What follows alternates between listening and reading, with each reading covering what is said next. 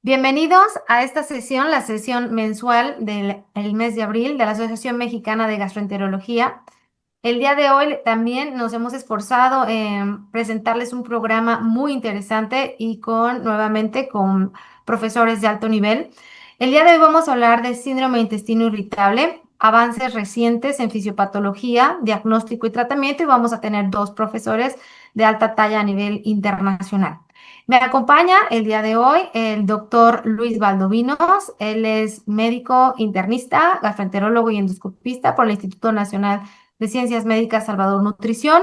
Él es candidato al Sistema Nacional de Investigadores y actualmente es nuestro tesorero de la mesa directiva de la Asociación Mexicana de Gastro. Bienvenido, Luis.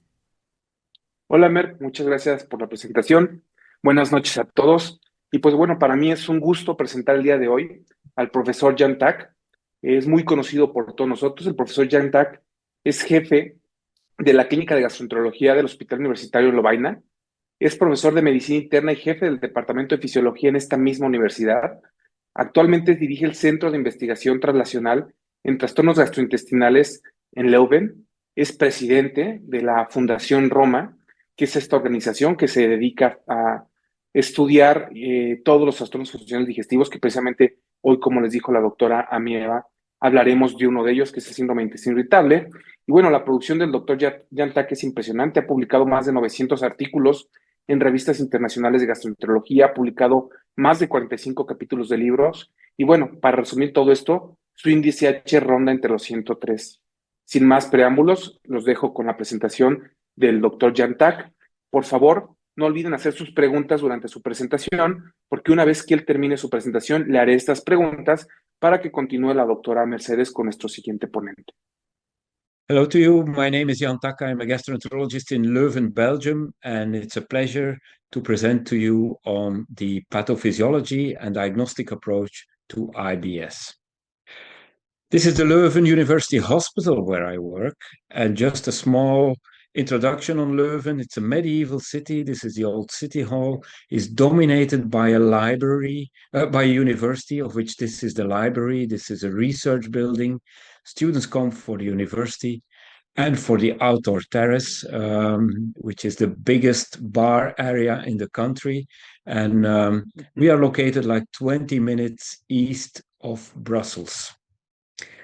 So, what about IBS? This is the Rome definition. IBS is pain at least 1 day per week in the last 3 months related to defecation or associated with a change in frequency or consistency of the stool without underlying structural disease that is readily identifiable. And it can be associated with a variety of stool pattern types, with constipation, with diarrhea, or with both. And depending on the percentage of loose bowel movements or hard bowel movements based on the Bristol stool scale, we distinguish IBS constipation, mixed, or diarrhea. And we can use the Rome criteria cast into a questionnaire to do a global survey. And then we find actually that there's some variability around the world, and Mexico is between 3 and 5%. And what is remarkable, this is twice as common almost in females as compared to males. And as age increases, this is going down, and the most frequent subtype is the IBS constipation subtype. So the endoscopy is negative. So where is this coming from? These are the cardinal symptoms: pain and altered bowel function, but there's also bloating and distension, which is very often present. And these are GI symptoms. The pain is in the abdomen, the altered motility pattern, constipation, diarrhea is a bowel symptom. So it has been suggested that abnormal motility or sensitivity in the GI tract, in the bowel, drives this. On the other hand, the female predominance pushes towards maybe considering hormonal factors, but there's also some schools who say, no, this is all in the brain. We look in the GI tract, it looks normal, and there's psychosocial factors. These patients are more likely to be anxious, depressed. There's evidence of some change in pain processing in the brain, and in the difficult patient, we use neuromodulators. So maybe this is a brain disorder more than a gut disorder. Actually, this is uniformed and comprised in the condition, in the definition of gut disorder of gut-brain interaction. So we think both are important. So let's take a look at some systematic approach to the pathophysiology. Motility we can measure with ZITS markers and takes the X-ray and then calculate transit times. And actually in IBS with constipation as a group, transit is slower than controls. And in IBS with diarrhea as a group, transit is faster than in controls. So if we look at the symptom pattern, we can actually add motor abnormality as a driver of the stool pattern. The second common hypothesis is visceral hypersensitivity. We don't measure this in clinical practice, but experimentally, you can blow up a balloon in the rectum or the descending colon, and patients with IBS has a lower pain threshold than controls. So if we add this to the symptom pattern, actually, and we take a look at symptom patterns in a series from Sweden and a series from the Netherlands, the symptom that is elevated in both, in those who are hypersensitive, is pain. What is happening? Probably normally there is a filter between signals from the GI tract being filtered away and only painful, noxious stimuli reaching conscious perception. And in hypersensitivity, the filtering is gone and a range of normal perceptions are also perceived. And so we can add visceral hypersensitivity to the symptom pattern driving the pain component. When do the symptoms occur? Well, the meal seems to be an important trigger. This is a study from Gothenburg, Sweden.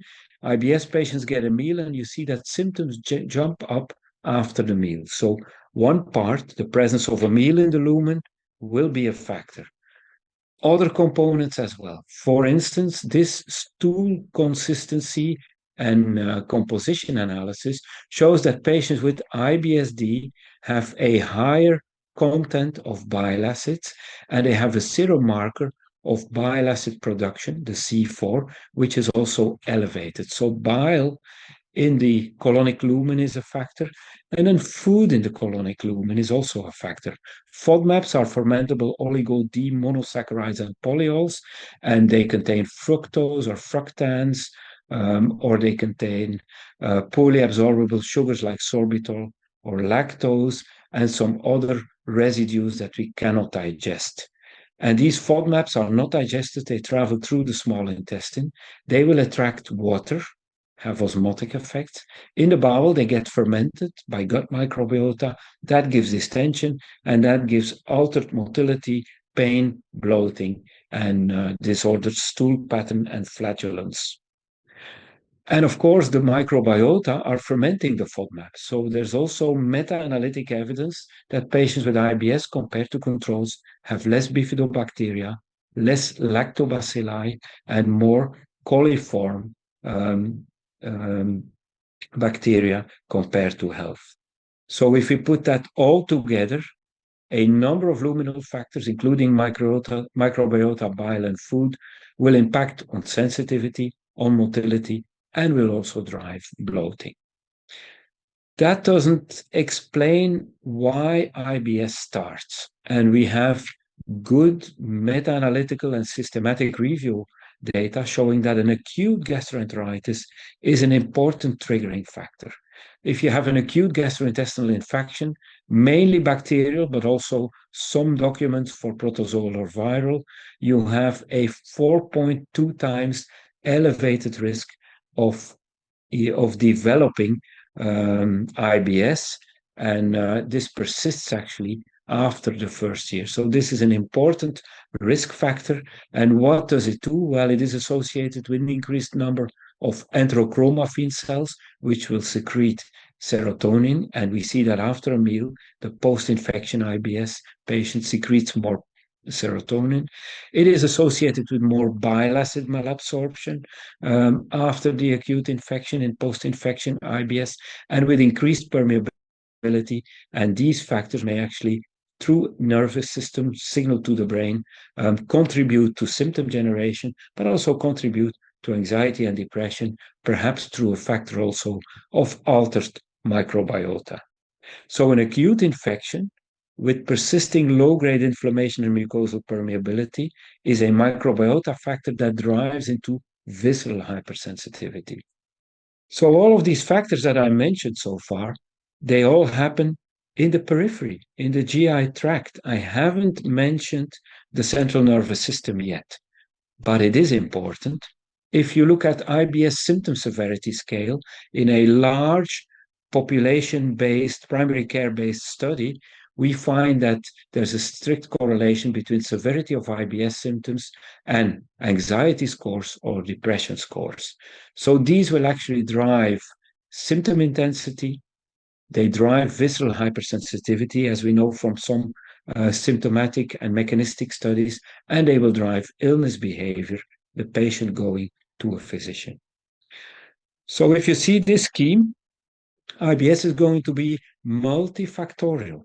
There will be different factors, motility, sensitivity, microbiota, bile, food, triggered by an acute infection and persisting low-grade inflammation, and then finally psychosocial factor explaining the symptom pattern, severity, and the impact of it, including illness behavior and inability to function normally. Diet is an important one, and there's important progress there lately, so I'll take a closer look now at the dietary factors.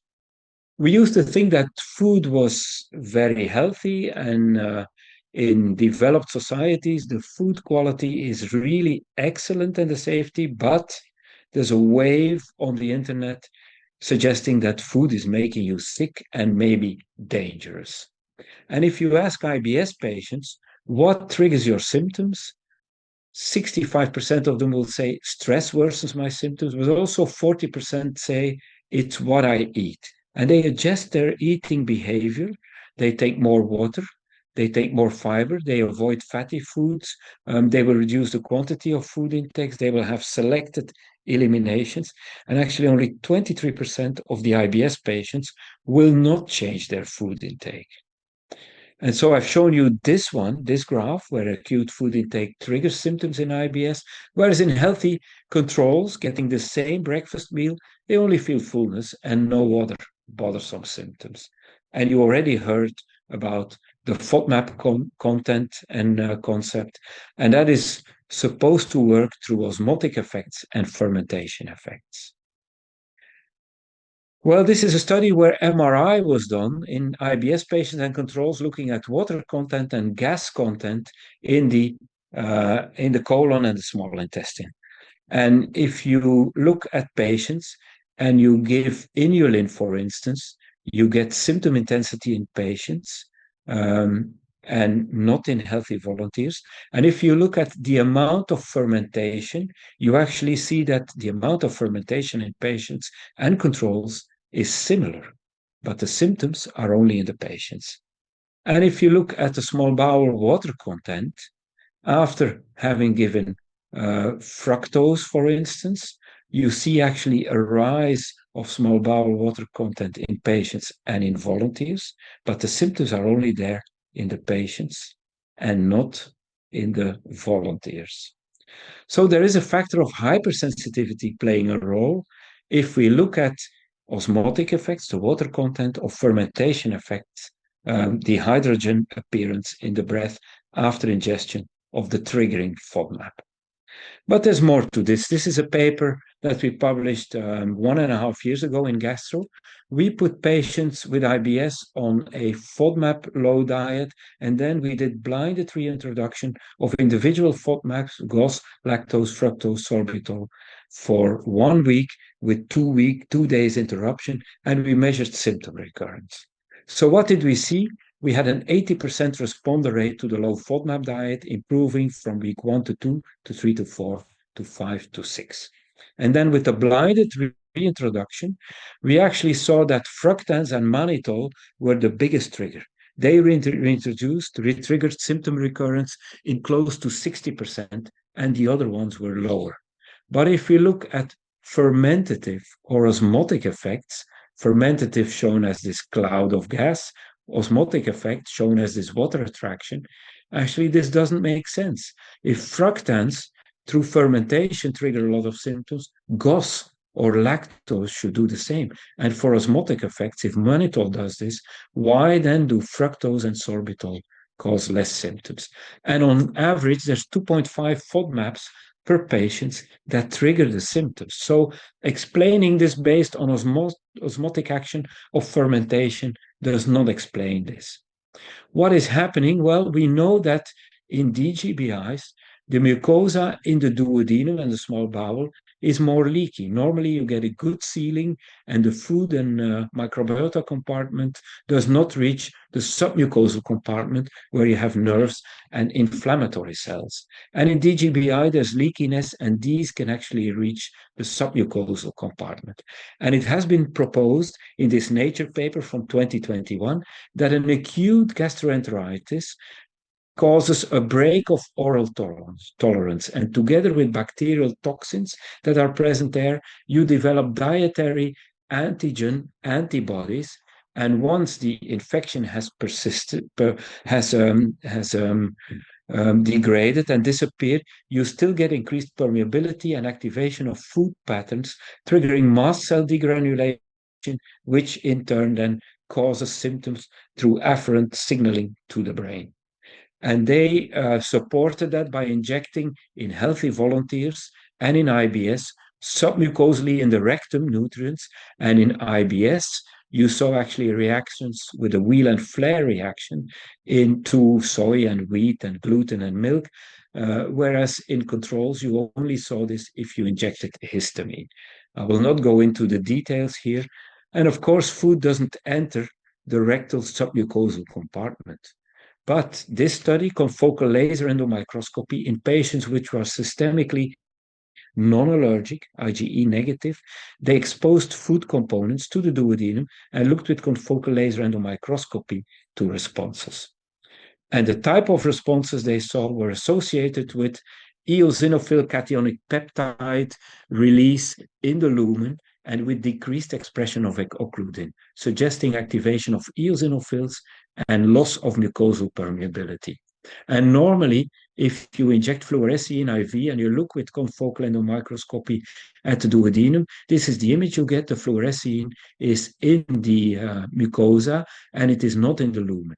And if there's an acute reaction, the fluorescein evaporates and is going to the lumen from the mucosa, and you get shedding of particles as well. And the mucosa that was first white with fluorescein now becomes black, and the lumen that was black without fluorescein now is flooded with fluorescein. And this is an acute reaction and in implicating immune cells. And actually, this study from 2015 showed that a low FODMAP diet decreases histamine metabolites in the urine. We showed in a paper that is under review that a low FODMAP diet actually restores mucosal integrity, decreases permeability, and we have shown that a FODMAP-lowering diet responsiveness is predicted by polymorphisms, genetic ones, for the CCR3 chemokine receptor, which attracts eosinophils, and IL-5RA, a chemokine receptor also involved in attracting eosinophils. So this points towards eosinophils, mast cells triggering. And if you look at eosinophils, they develop and release a number of factors. Some of them will talk to the mast cells, but some of them are neurotoxic as well, eosinophil-derived neurotoxin. And we actually looked at EDN before and after a low FODMAP diet in the stool, and this goes down under a low FODMAP diet and not under medical therapy, otilonium bromide, and Rome-positive responders to the diet have the biggest decrease in eosinophil-derived neurotoxin in the stool. And there are correlations between fecal eosinophil-derived neurotoxin and calprotectin and secretory IgA, and also correlations between the response and the fecal eosinophil-derived neurotoxin decrease. So response to a low FODMAP diet is associated with the presence and the decrease of eosinophil-driven intestinal immune activation. So there are certain immunological factors involved in the diet, also psychological factors. This is a study in Lancet GastroHep 1.5 years ago, and people who thought they were gluten sensitive and did not have celiac disease were told you will get gluten or not, so expectation, and got gluten or not. And the worst triggering of symptoms was the group who expected gluten actually. With gluten or without gluten, they had higher symptom score. So expectation is also a complex factor. So diet, a very much evolving part, and both immunological, fermentation, osmotic, and expectation factors play a role here. How do we do this in clinical practice?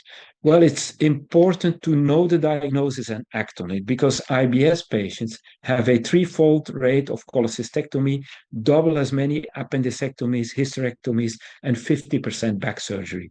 There's no reason for them to have this other than missed diagnosis of IBS and futile ideas with aggressive procedures to take care of the symptoms.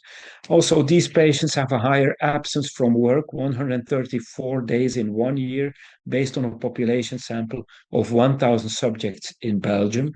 And they see a lot of physician visits and specialist visits, and they get colonoscopies and ultrasounds at a rate that is not needed. Probably this is medical overactivity. So a good diagnosis is important. And how do we do it? Clinical history, physical exam, minimal laboratory testing, and colonoscopy or other tests only if necessary. So we look at the symptom pattern, we do a good medical history, surgical, psychosocial, dietary history, do a physical exam, and if that is normal, we do not do a lot. But if there are alarm features or abnormalities on the physical exam or risk factors, family history of colorectal cancer, IBD, celiac disease, age above the threshold for colorectal cancer, there we will do investigations, including colonoscopy. The others will not need it. We will do limited screening tests, full blood count, CRP, fecal calprotectin in those with diarrhea, and celiac serologies. So this is very limited in panel. Which investigations are not useful? You don't need to test for bacterial overgrowth, because the breath tests that we have are driven by accelerated transit and giving a false positive image of appearance in the breath. So these are not reliable. You don't need to do fecal testing, for instance, for secretory IgE or for beta defensin. This is not necessary and does not correlate with IBS or its severity. You don't need to do stool microbiota analysis in clinical practice. This is not reliable and doesn't direct the treatment. You don't need to do IgGs against food components. Yes, IBS patients have more of these, but major depressive disorder have more of these. A study based on that in gut in 2004 say, well, if you do a IgG-based exclusion diet, patients are better, but the sham diet didn't have a good control. They eliminated mainly potatoes. And there was this gastro paper last year with a new let's say, a new dimension, a new evolution, refinement of the serum IgGs, claiming symptomatic benefit more than a sham diet, but the sham diet contained less wheat elimination than the active diet. So also here the control diet was problematic. And you don't need to do tests for this, because it's an intake of dairy products, for instance, that will drive how much IgGs you have. This is more a marker of intake than a marker of reactivity. Also, don't test for mucosal permeability. The zonulin commercially available test is not reliable. What additional investigation may be useful? Do we need to do colonoscopy for reassurance? No. Negative colonoscopy does not improve the reassurance rate compared to good explanation and not doing colonoscopy, but bile acid malabsorption testing might be useful. Normally, we secrete bile into the small bowel. It gets reabsorbed and reused in the liver from the terminal ileum, and the fecal excretion is low.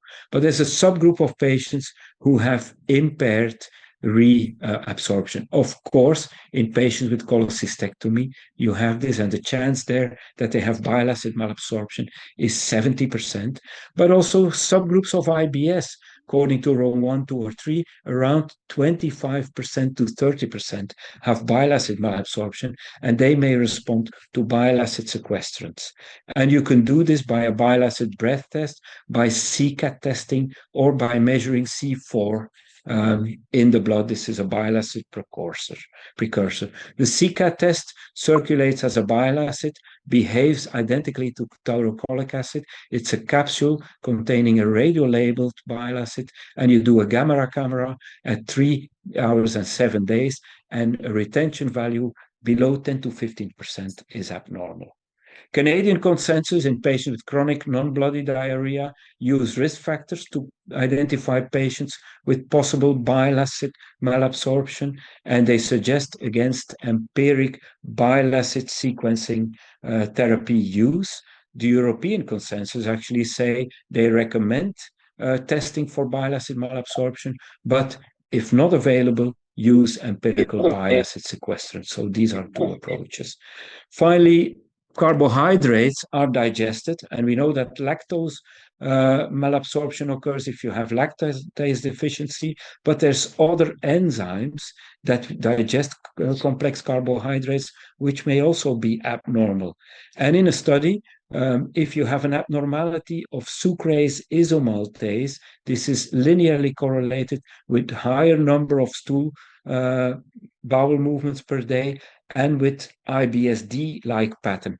And here, if you have several genes affected in your carbohydrate digestion, not only lactase or sucrase isomaltase, but some of the others, trehalase, maltase, and so on, you get an increasing chance of having response to a carbohydrate malabsorption diet. So if there's no abnormality identified, you make the diagnosis of IBS, you do initial standard therapy, probiotic, spasmolytic, stool pattern targeting therapies. But if there's no symptom improvement, then you can consider doing tests for bile acid malabsorption in IBSD and carbohydrate maldigestion based on genetic or a lactose digestion test. So IBS, highly prevalent, multifactorial pathophysiology, disordered motility and hypersensitivity are important mechanisms. Food is an important trigger. The mechanism through which carbohydrates trigger symptoms is osmotic and fermentative, but there's also an eosinophil driven inflammatory process. These are the people from my group who do the work, and thank you for your attention, and I'll be happy to answer any questions. Thank you very much, Dr. Tak. That was 25 minutes. 25 minutes, I think. Yes, but that was a wonderful lecture. We have a few questions for you. Sure. The first one is, there are new biomarkers or diagnostics tool to allow for more accurate diagnostic of IBS. And on the other hand, there is a simpler or more practical way to evaluate the intestinal permeability? No, not really. So I think people have looked at using blood tests to diagnose IBS and doing proteomic analysis. They found a panel of markers that were elevated in patients with IBS. BDNF was one of them. Circulating TNF-alpha was one of them. But the diagnostic accuracy was not very high. And at some point, they needed to add anxiety and depression scores to get to a better prognostic value. Also, there are some markers against bacterial toxins that have been proposed, and there I think they are mostly useful if they are negative. I think the positive predictive value is also not so good, and I think this is an ongoing work. For now, this has mainly been validated in IBS with diarrhea.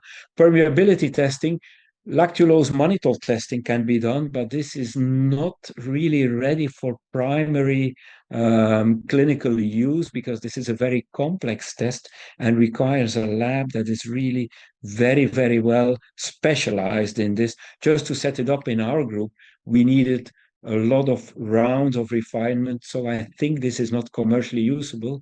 And I don't think you need it. We don't have a specific treatment targeting mucosal permeability. There's one study with glutamine showing a good efficacy with 15 grams of glutamine per day, but we haven't seen this repeated. And before this is repeated, I think we should probably not go that way. Thank you, Dr. Tak. We have another question. You spoke in your talk about the role of immunity, particularly eosinophils and immunoglobulin E. Do you think that some patients with IBS resemble those with eosinophilic gastrointestinal disorders? This could be, and this has not been put to the test. And for instance, the Nature paper that I showed on locally produced IgE suggested that anti-IgE directed biologicals could be considered in the future.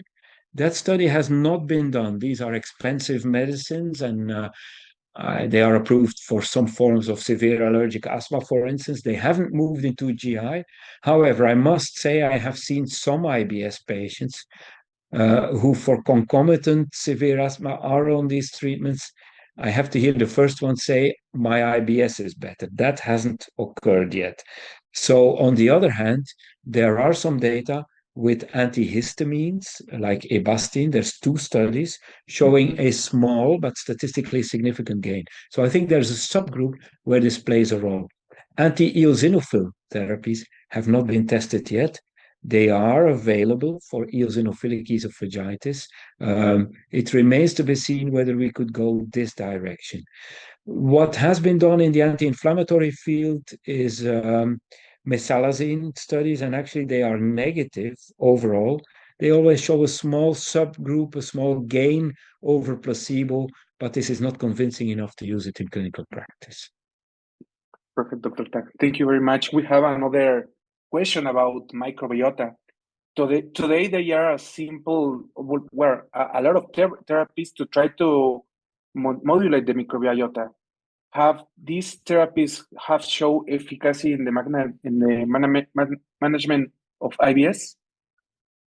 Yeah, so there's many approaches to the microbiota. The simplest one is a prebiotic, trying to improve and push the gut microbiota to a more favorable pattern. And actually, this has not shown convincing and sustainable efficacy in IBS. A prebiotic like inulin increases bifidobacteria content and has been acknowledged to improve constipation. But if you go to slightly higher doses, you get more fermentation because the inulin is actually also a kind of a FODMAP. So this is not universally positive. Then you have the probiotics. There's many studies with probiotics, not always of the best quality. And there are some which have shown efficacy over placebo using the IBS SSS as an endpoint. I think these are the best studied probiotics. There's a couple of them, but there's many others who used unusual endpoints. Taken together, the gist of these studies shows me that the efficacy of probiotics is not so pronounced.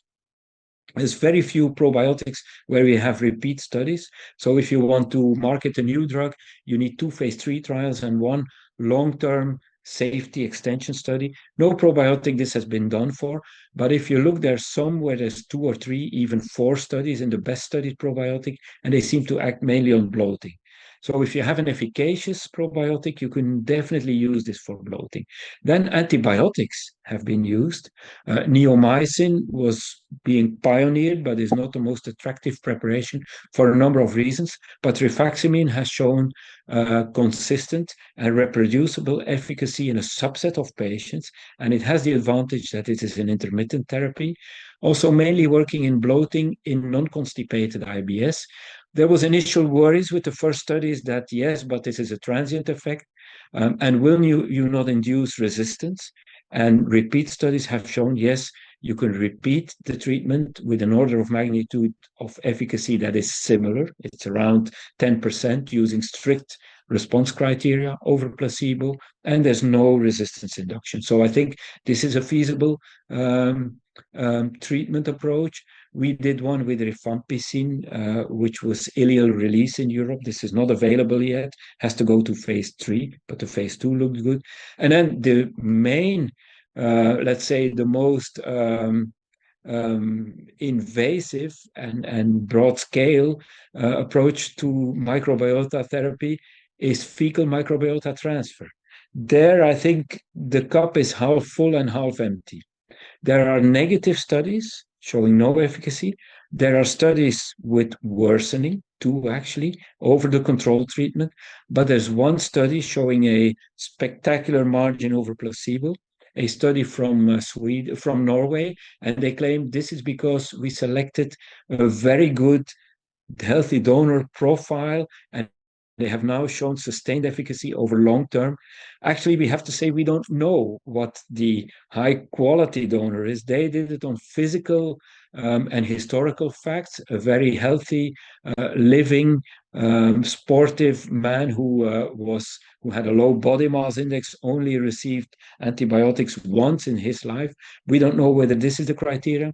A study from Ghent selected them based on a first, let's say, a pilot trial where they found a donor which gave better responses, and that seemed to correlate with a richer composition of his stool, his or her, I don't know whether it's a man or a woman, gut microbiota composition. But in that study, the efficacy was gone after 6 months. So I think the microbiota transfer, not ready for prime time. It's a field of research. It's very hard to find this super donor. Well, yes, and willingness, and identify them, and they have to go through some safety measures as well based on their gut microbiota composition. This is not so simple. And the final question, Dr. Tad, about the FODMAP diet. The FODMAP diet is for everyone. How long should we use it? Well, I'm not sure the FODMAP diet is there for everyone. I showed you our study. The response rate is spectacular. It's almost too good to be true. I told the fellows doing the study, 80%, you'll never publish this. It's too good to be true. But we looked at it and it was sustained at 80%, but a couple of connotations. First, this is a tertiary care population. Second, only patients motivated to go into this diet do it. So there's an expectancy level that increases the belief in the treatment. And if the belief is high, the psychology of the patient is more favorable to say, I'll probably be better. Then the first phase, the 6 weeks elimination of all FODMAPs, is a very, very strict, difficult, demanding phase. This is not for everybody. You need to be willing to do it. You need to be able to do it. If you say, well, yeah, but my life, my professional life requires me to go to restaurants with clients and not cook myself, then you cannot do this diet as well. And if not properly done, people lose weight. They can actually, if not compensated by an expert dietitian, they will only eat 1,500 calories per day and lose weight. This is not the intent. And there is a food fear factor. This is what I wanted to show with the expectation study. So some people will actually never get rid of the broad elimination diet and keep a poor richness diet, which makes a poor microbiota, which increases luminal factors like pecresol, which could be precancerous and so on. So I think you need to select the patients good. Somebody who has no control of what he or she eats and prepares cannot do it. People with a low body weight cannot do it. People with a history of food-related anxiety, eating disorder, like bulimia, anorexia nervosa, don't use it in these. And people who are already on a restricted diet, don't restrict them further, because they need to go through the reintroduction phase to go to a personalized diet, on average 2.5 FODMAPs, so they don't need to restrict all 5. And if you think they will not reach it, don't bother them with that diet. Maybe a less restrictive diet is feasible. We made an app for the Belgian setting that actually also gets a 75% response rate. I didn't show it here because it's not available in your country, but it shows the principle that you can do it.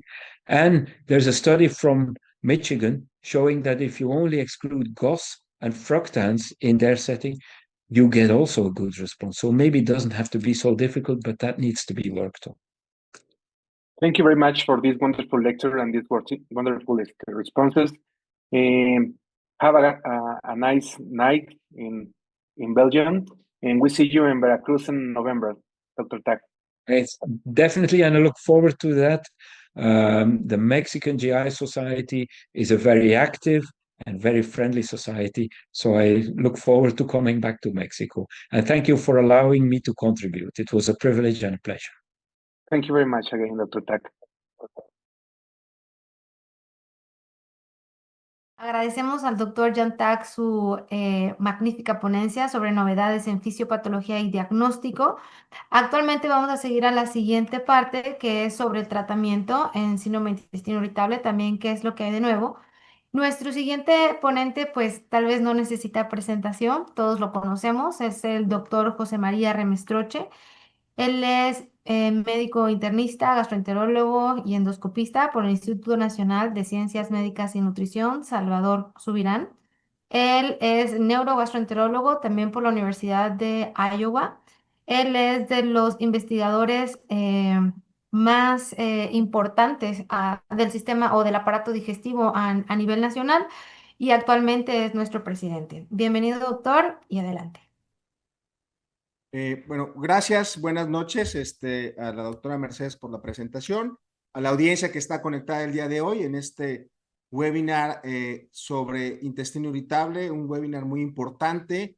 Este es un webinar que también tiene la novedad de que acabamos de escuchar al doctor Jan Tak, el presidente de la Fundación de Roma, y que estará con nosotros en la Semana Nacional de Gastroenterología. Creo que si alguien sabe mucho de esto es el Grupo de Roma.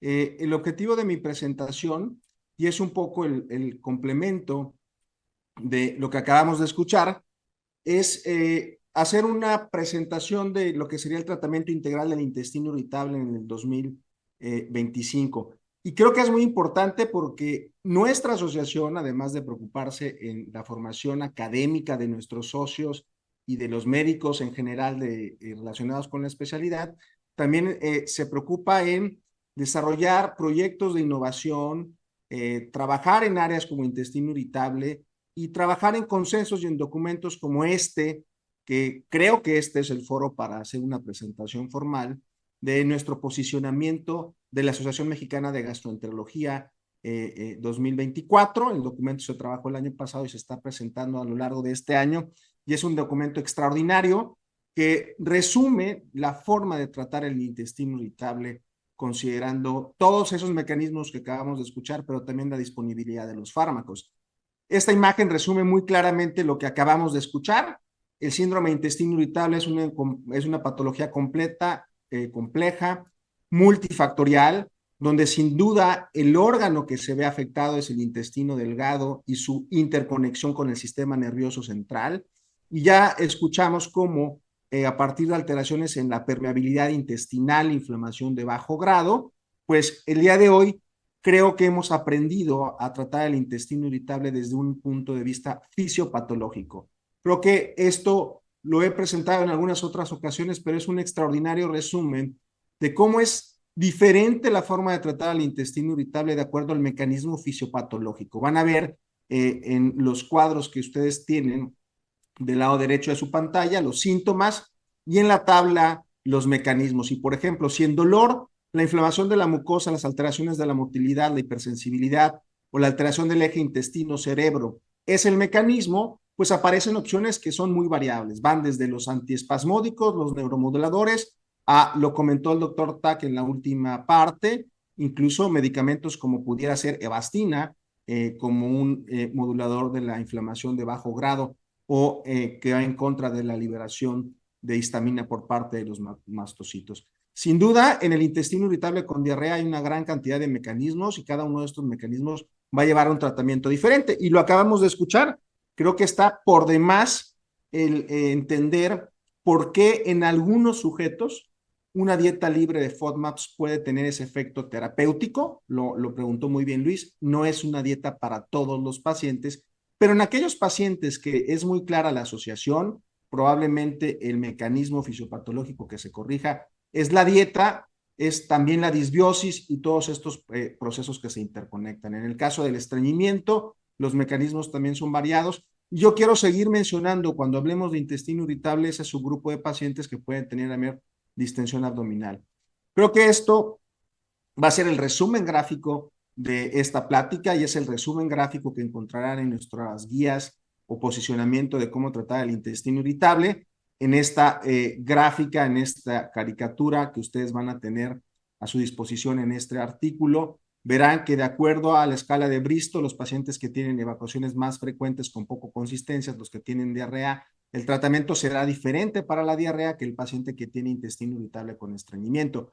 Pero sin duda, lo que define la enfermedad es esta parte, es el dolor, que de acuerdo a la menor o mayor intensidad del dolor, proponemos porque tenemos las primeras líneas de tratamiento. Y sin duda, no podemos concebir el manejo del intestino irritable sin utilizar antiespasmódicos, solos o en combinación, de acuerdo a la evidencia. Y aquí creo que esto es pertinente y prudente decir, México es un país donde tenemos la disponibilidad de una gran cantidad de antiespasmódicos, pero tener ese reconocimiento farmacológicamente de que no todos los antiespasmódicos son iguales. Una segunda línea será la neuromodulación y el tratamiento más a nivel central. Para el manejo del dolor, y sin duda en el manejo del dolor abdominal, una de las cosas que tenemos que recordar es el perfil del paciente que tenemos en consultorio, pacientes que tienen una alta demanda para aliviar rápidamente el síntoma, pacientes que llevan múltiples visitas al médico, múltiples tratamientos, incluso múltiples intervenciones como cirugías innecesarias como histerectomías o laparotomías exploradoras. Creo que el manejo del dolor abdominal es un reto y si bien nos enfocamos mucho a la parte periférica, que es donde se origina ese sitio, probablemente ese espasmo o esa inflamación de bajo grado, sin duda esto se va a modular a nivel central. Entonces, en esa primera línea, ¿qué es lo que recomendamos en México? Bueno, pues recomendamos sin duda que en la primera línea los antiespasmódicos solos, que son los que tienen más evidencia porque hay más estudios, o combinados, tenemos combinaciones en México, sobre todo si el paciente además tiene distensión abdominal, son esa primera línea terapéutica. Y en esta visión crítica de que tenemos todos los antiespasmódicos disponibles en México, revisiones sistemáticas hechas por mexicanos con nuestros productos, esta revisión sistemática que se realizó con el doctor Bosques hace ya algunos años, cuando se evalúa cuáles son esos antiespasmódicos, verán que no todos tienen la evidencia o la calidad de la evidencia suficiente. Sin duda, otilonio es el que tiene más ensayos clínicos a más tiempo, hasta 15 semanas. Son ensayos que tienen ya ciertos años, donde quizás los criterios de Roma no son los actuales, aunque Roma 2 se parece mucho a lo que podemos tener en la actualidad, donde el síntoma más importante es el dolor, no tanto la distensión. Vean cómo después de otilonio hay estudios con pinaverio, meverina, trimebutina, y que esto es importante mencionarlo. De todos estos antiespasmódicos, que son clases terapéuticas diferentes, algunos son relajantes de canales de calcio, otros de canales de sodio, todos se han comparado contra placebo. Cuando hacemos un análisis muy crítico de esos estudios, de esas sales, mebeverina, otilonio, pinaverio, trimebutina, comparados contra placebo, verán que no todos son superiores al placebo de forma consistente. Y aquí sí podemos destacar que prácticamente en los estudios realizados con otilonio, solamente para el manejo del dolor, pues sí parece que tiene cierta ventaja, al menos desde el punto de vista de la evidencia científica. Esto es algo que hemos platicado muchísimo. Tenemos que reconocer, reestudiar y hacer nuevos ensayos clínicos con nuestros antiespasmódicos de antaño, tratando de buscar nuevos mecanismos o aplicar los nuevos criterios. Pero sin duda, este es un antiespasmódico que vale la pena considerar como en una primera línea, ¿no?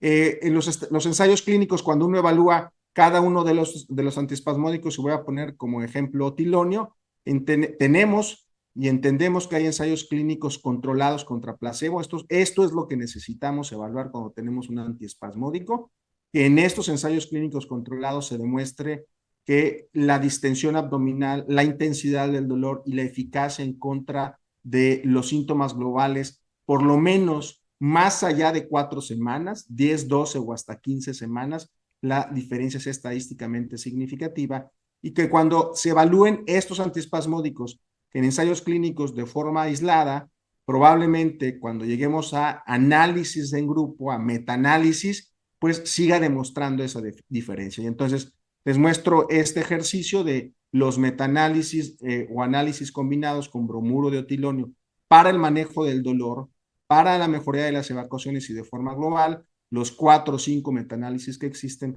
son consistentes.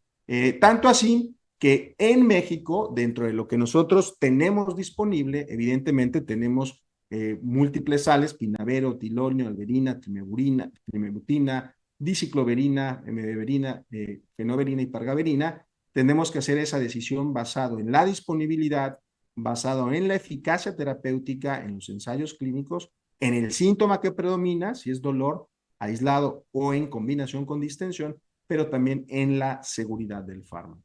También tenemos, y lo reconocemos en nuestras guías, las combinaciones. Tenemos disponibles en México por lo menos 4, 5 combinaciones ya ahora en el mercado, y estas combinaciones no todas tienen la evidencia suficiente, algunas están construyendo esa evidencia, pero la recomendación va a ser para el manejo del dolor y la distensión abdominal.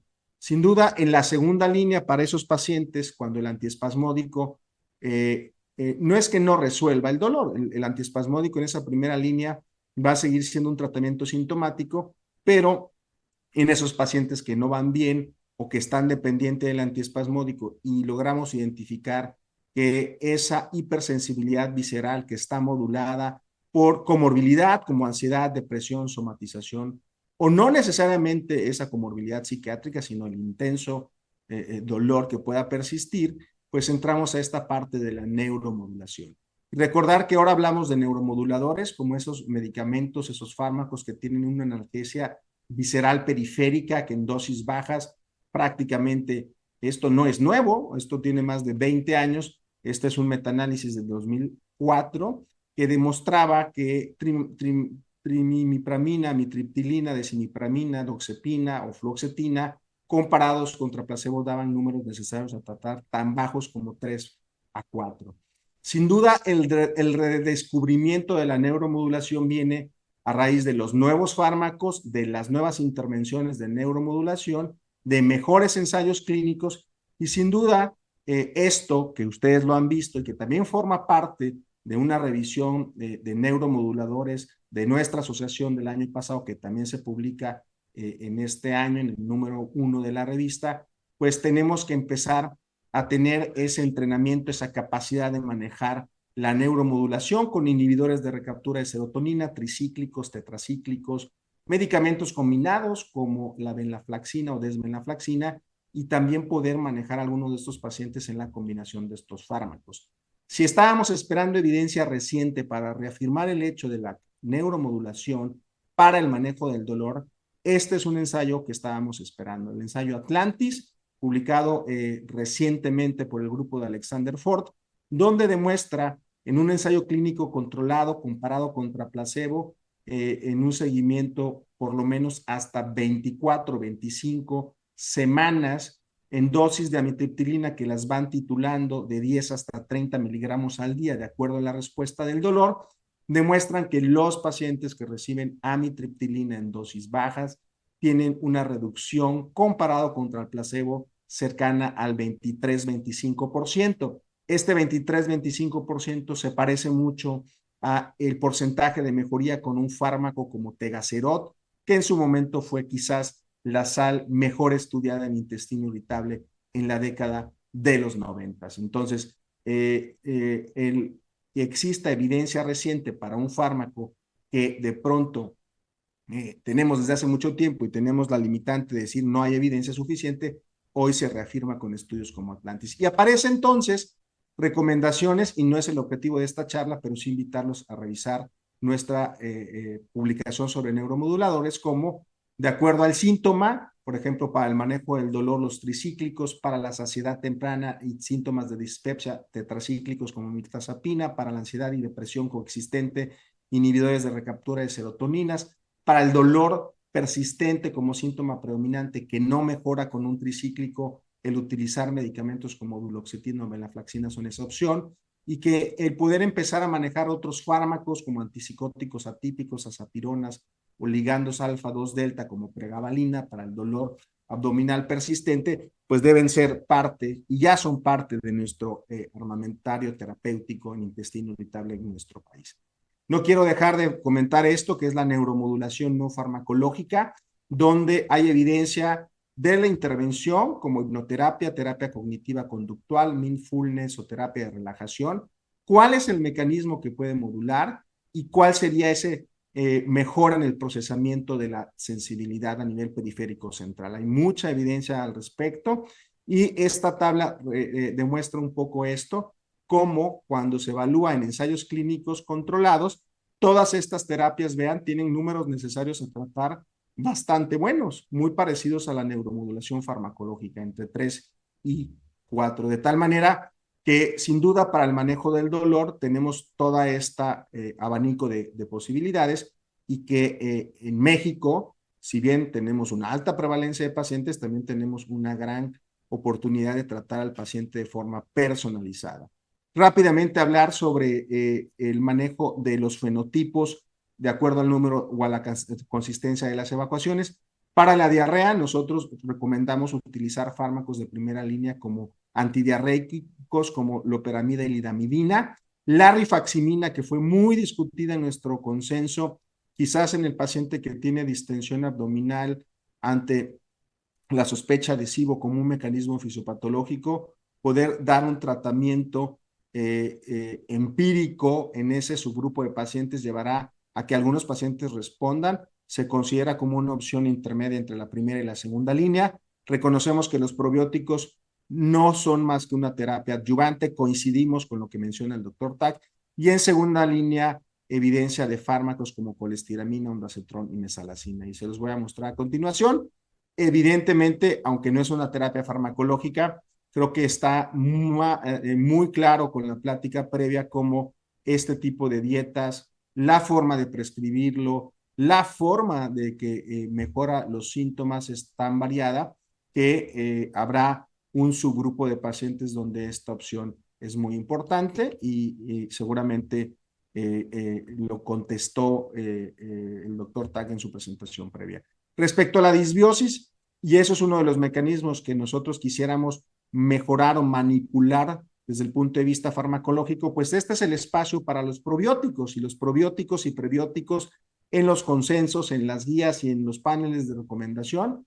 Nosotros en México reconocemos algo que menciona el doctor Stack. Sabemos que la mejoría sobre los síntomas globales o sobre la distensión abdominal es algo que se presenta de forma inconsistente, no en todos los ensayos clínicos.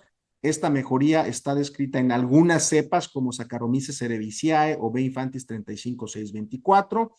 Reconocemos también que un poco lo que necesitamos es hacer estudios y hacer análisis individuales. Quizás los metaanálisis son muy confusos, pero sí tenemos esta recomendación en México de que los probióticos son adyuvantes.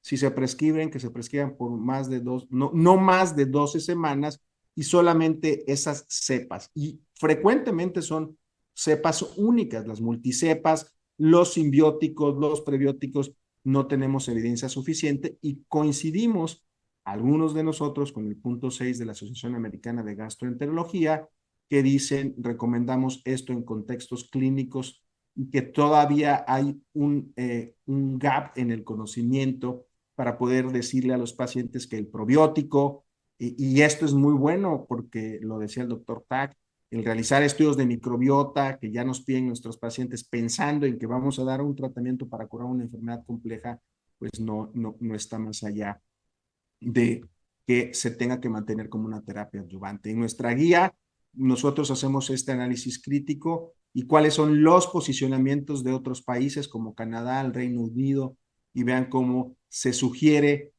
ofrecer el uso de probióticos solamente para síntomas globales, dolor abdominal, pero no más allá de una terapia concomitante. Sin duda, una de las intervenciones que sí tenemos en México y que quizás el reto es seleccionar ese paciente que pueda responder a rifaximina, es este antibiótico no absorbible que sabemos en los estudios multicéntricos a largo plazo, Target 1, Target 2 y de retratamiento Target 3, que rifaximina puede ser útil en un subgrupo de pacientes que tienen distensión abdominal de forma concomitante, diarrea, sobre todo diarrea, y síntomas como el tenesmo en la evacuación. Y el punto aquí crítico importante es que esa diferencia contra el placebo no es más allá del 10%, es decir, un número necesario a tratar de 1 a 10, y que si esto funciona una primera vez, un segundo retratamiento puede volver a aparecer. Yo lo comento y cuando lo discutimos es que el reto en esto es encontrar ese 1 de cada 10 pacientes que va a mejorar. Necesitamos forzosamente hacer una prueba de aliento, lo discutimos en enero con el doctor Pimentel y el doctor Resalle, no necesariamente creemos nosotros, sino es más bien encontrar ese grupo de pacientes que quizás sea el grupo de pacientes que se parece a ese intestino irritable post-infeccioso, ¿no? El paciente que viene saliendo o que tuvo síntomas después de un proceso infeccioso, abuso de antibióticos, quizás hacen falta estudios demostrar que esta ganancia terapéutica puede ser mayor. Y un poco ese tratamiento fisiopatológico de la disbiosis o el proceso postinfeccioso es que empieza a afectar no nada más la abundancia relativa de estos grupos bacterianos, virales o parasitarios, sino también la producción de algunos péptidos de ácidos grasos de cadena corta, pero también interfieren en metabolismos como la absorción de sales biliares. Y reconocer, y esto es algo que quizás sea de lo más novedoso en la fisiopatología, que hasta un 20-30% de los pacientes con intestino irritable con predominio de diarrea tienen mala absorción de sales biliares y que quizás medicamentos como la colestiramina o medicamentos que van a actuar sobre el factor farsenoide puedan ser esa opción terapéutica que quizás ayude al intestino irritable con diarrea. No quiero dejar de mencionar fármacos que no tenemos disponible, pero que están presentes para el intestino irritable con diarrea, como la eluxadolina, o la adaptación de fármacos que tenemos para otras indicaciones que pueden tener como un efecto secundario el mejorar la diarrea por disminuir la motilidad y la secreción de agua. Y me refiero específicamente a alocetrón, que es un agonista 5-HT3.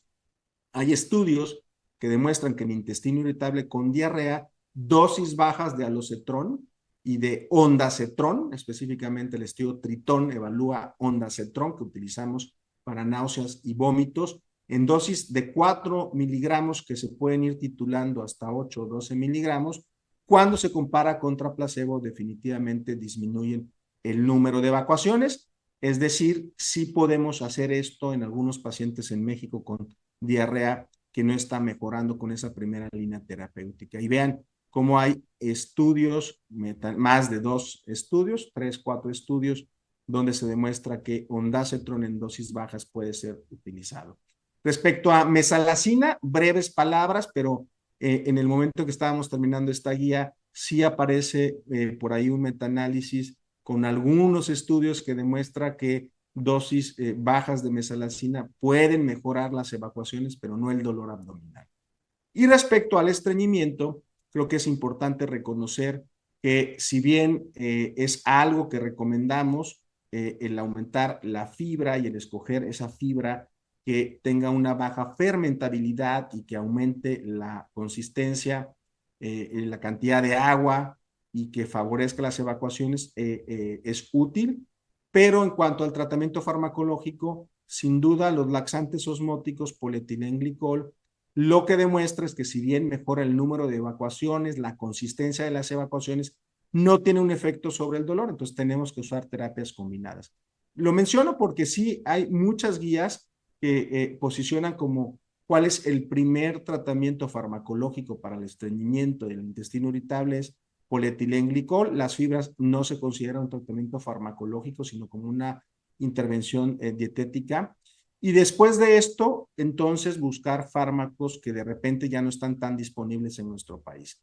En las guías, por ejemplo, prácticas de intestino irritable en España, en estos pacientes el uso de polietilenglicol representa la primera línea terapéutica. Y si falla, entonces ir por estos fármacos que denominamos como clase terapéutica secretagogos, específicamente lubiprostona, linaclotida, plecanatina, ahora tenapanor en algunas partes del mundo, donde sabemos que lubiprostona ya no está disponible en México.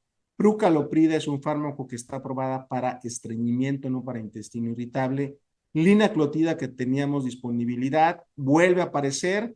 Quizás en un mediano plazo tengamos de nuevo el fármaco, y sí mencionar que la linaclotida tiene una evidencia bastante buena para el manejo de intestino irritable y del estreñimiento.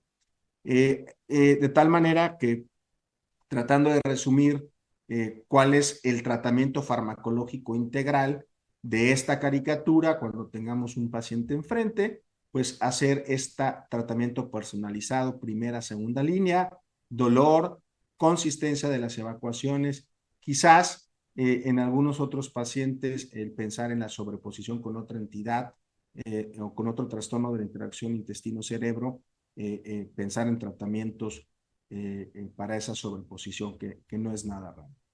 No quiero dejar de terminar esta presentación sin invitarlos para el mes de mayo.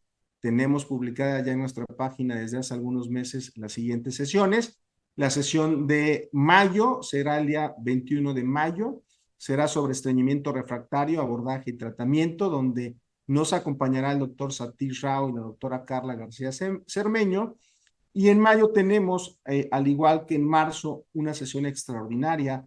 A raíz de esto, el jueves 29 de mayo, la Organización Mundial de Gastroenterología celebra el Día Mundial de la Salud Digestiva. Y el tema, esto es para nuestros asociados, para la comunidad que nos escucha, es transmitir al paciente este mensaje sumamente importante. La salud digestiva, nutrirse para florecer, en el sentido de cómo la alimentación, la interacción con la microbiota y el eje intestino-cerebro son fundamentales para tener una adecuada salud digestiva. Este será el tema de mayo. Todas las asociaciones como la nuestra, la Asociación Mexicana de Gastro, nos sumamos a la iniciativa de la Organización Mundial de Gastroenterología para que celebremos esto en el mes de mayo. Así que piensen en trabajar con sus grupos multidisciplinarios, nutriólogas, gente relacionada en este tema, y que ayudemos a educar a nuestra población en este sentido. Con esto termino, agradezco mucho el tiempo, el espacio y la invitación, y también pues evidentemente la asistencia de todos ustedes este día de hoy, miércoles 30 de abril. Muchísimas gracias, doctor, por su magnífica presentación. Y hay algunas preguntas del público que quisiera hacerle. Eh, Preguntan acerca del tratamiento para la permeabilidad intestinal, que pues parece que es un tema que se ha puesto de moda y que de hecho llegan algunos pacientes autodiagnosticados con este término. Bueno, lo mencionó el doctor Tack, ¿no? Esta parte del famoso leaky gut, cuál es el tratamiento, y es algo muy similar a esta parte del tratamiento personalizado a base de la microbiota. Todavía no hay una prueba clínica que diga tu permeabilidad intestinal es normal o anormal. Suponemos que está alterada por el tipo de pacientes que vemos, ¿no? Ese paciente relacionado con la ingesta de algún grupo de alimentos o con un proceso postinfeccioso seguramente tiene alteración en la permeabilidad intestinal. ¿Qué es lo que se recomienda? Bueno, pues se recomienda, quizás es el grupo de pacientes, si llega a tener diarrea, donde el utilizar alguna cepa específica de probióticos se pudiera intentar, pero no hay un fármaco hasta hoy. Hay en otras partes del mundo intervenciones como barreras epiteliales, hay un fármaco Gelsecan se llama, que está disponible en España, es una especie de gel que aparentemente mejora la permeabilidad intestinal, y por ahí hay un estudio al respecto, pero es muy escasa la evidencia. ¿Qué es lo que nosotros hacemos con estos pacientes? Es tratar de llevarlos a un entorno de eubiosis, o sea, si mejoro esto, probablemente mi permeabilidad intestinal vaya a mejorar. ¿Y esto qué quiere decir? Pues lo que dice en mayo la Organización Mundial de Gastroenterología, ¿no? Nutrirse para florecer. O sea, tener una dieta más sana, evitar agentes que perpetúan disbiosis como antibióticos, y creo que ese es el camino. Es un área compleja porque efectivamente desde el punto de vista comercial estamos viendo un boom de suplementos, de vitaminas, y no estamos negados a utilizarlos, pero necesitamos esa evidencia que pueda decir, el consumo de vitamina D ya es una intervención que demuestra que es mejor que el placebo para tratar a estos pacientes, ¿no? Ok. Y hay otra pregunta acerca de neuromoduladores, o sea, se ha visto el efecto benéfico de los neuromoduladores. Sin embargo, es una vez que ya empezamos a utilizarlo, ¿cuánto tiempo podemos utilizarlo y en qué momento que decidamos quitarlo se puede suspender, se recomienda desescalarlo o cuál es la recomendación en cuanto al tratamiento con neuromoduladores? Pues mira, no hay más que revisar la evidencia, y la evidencia es muy útil en decir, son medicamentos que sabemos que el efecto terapéutico va a empezar a aparecer hasta las 12 semanas, y las dosis hay que titularlas. Y una vez que aparece ese efecto terapéutico, los ensayos van a 6 meses. Entonces, por lo menos son 6 meses. Y si decido quitarlo o suspenderlo, muchos de estos neuromoduladores hay que prescribirlos de forma importante. Mi recomendación es que probablemente en la de prescripción es muy importante valorar la comorbilidad psicológica del paciente y qué otros síntomas o qué otras enfermedades mejoran con el neuromodulador. Si solamente es dolor, tenemos pacientes con dolor sin comorbilidad psicológica, probablemente 6 meses sea suficiente, ¿no? Como analgésico. Pero todos vemos muchos de estos pacientes que además de que mejora el dolor, mejora el estado anímico, mejora la ansiedad, mejora la depresión, y quizás la indicación para mantener el neuromodulador ya no es el dolor, Ujú. es esa mejoría sobre la comorbilidad psicológica, y sabemos que pues probablemente estos medicamentos los prescribamos por un año, 12, 24 meses.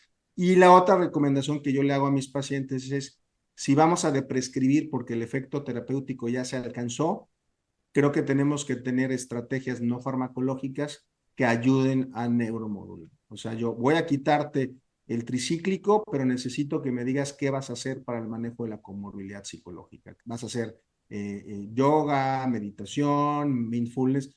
Necesita el paciente entender que el medicamento funciona porque el trastorno es esa disregulación a nivel del sistema nervioso central. Ok. Una pregunta más. Están presentando acerca de terapias de primera línea, segunda línea o hasta tercera línea. ¿Podemos iniciar en un paciente que estamos viendo primera vez en inicio primera y segunda línea en conjunto? Sí, o sea, yo creo que esto es muy, muy importante. El mejor ejemplo es para el manejo del dolor. Si el neuromodulador que yo estoy pensando que le va a funcionar al paciente va a tardar 2 o 4 semanas, necesito combinarlo. A ver, esto es bien importante. Muchos de los pacientes con intestino irritable damos terapias combinadas.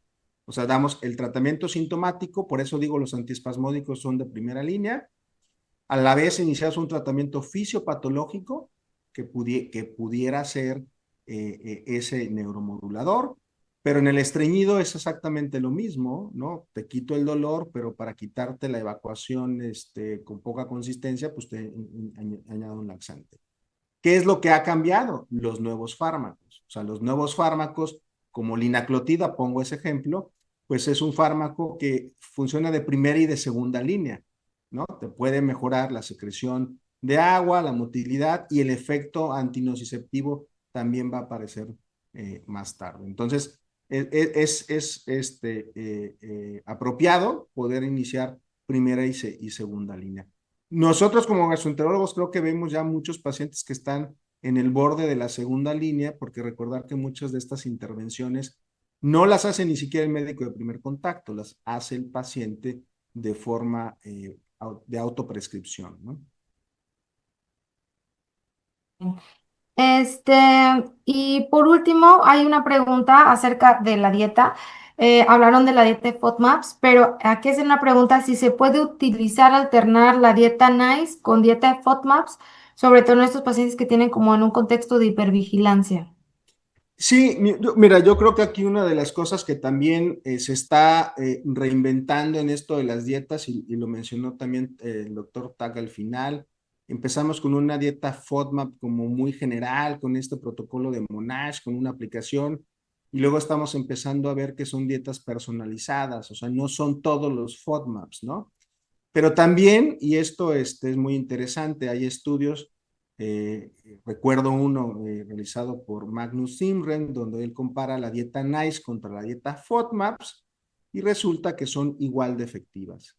¿Por qué? Porque esto depende mucho de la adherencia al paciente, ¿no? Entonces, una dieta NICE de forma dirigida a lo que el paciente ya identifica como causante de los síntomas puede ser tan efectiva como esta. Y ahora, me parece que salió publicado este mes, en alguna de las revistas de alto impacto, lo estaba revisando esta semana, hay un estudio que demuestra que la dieta mediterránea puede ser tan efectiva como la dieta baja en FODMAPs, ¿no? Y cuál es el punto de comparación o cuál es el factor determinante, el paciente que se adhiere y que entiende qué grupo de alimentos causan los síntomas, ¿no? Porque esto es algo que uno lo sugiere, pero el paciente va a casa y lo hace o no lo hace, ¿no?